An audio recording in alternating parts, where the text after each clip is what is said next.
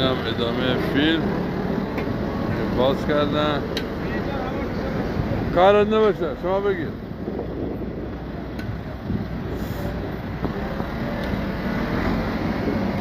تراکتور اومده که از جلو بکسل کنه و بتونه ماشین اداره راه رو بیارن بیرون.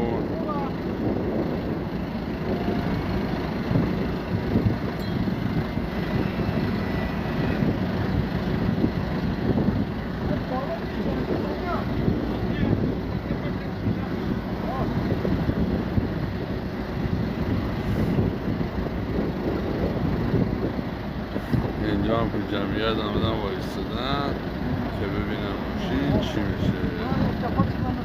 خیلی هم باحال، سرمایه زیادی هم هست. حالا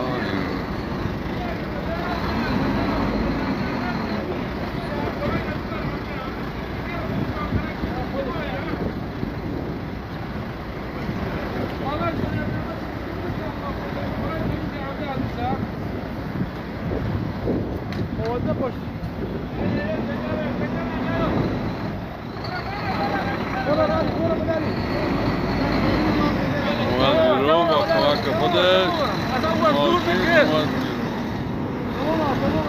اصلا نیازی به چیز نبود. حالا یه ماشین اداره راه بیرون اومد برای جاده را تیغ بزنه. خیلی عالی و خیلی باحال. این هم قسمتی که ماشین گیر کرده بود. خیلی بزرگ.